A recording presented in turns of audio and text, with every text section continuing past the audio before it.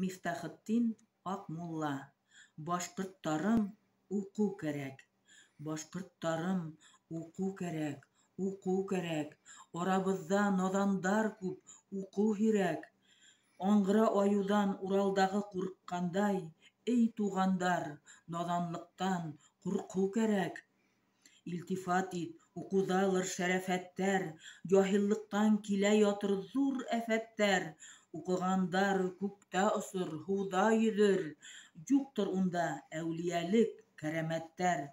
Укыганга был дөньяла җәләл булыр, харам дигән шәйҙәр хәләл булыр.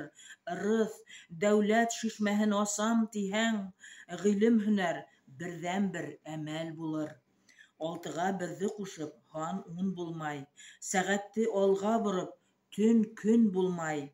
Белемлелек арыҫландан көслө батыр, шуға атланмай, һинең төшөң һис өн булмай.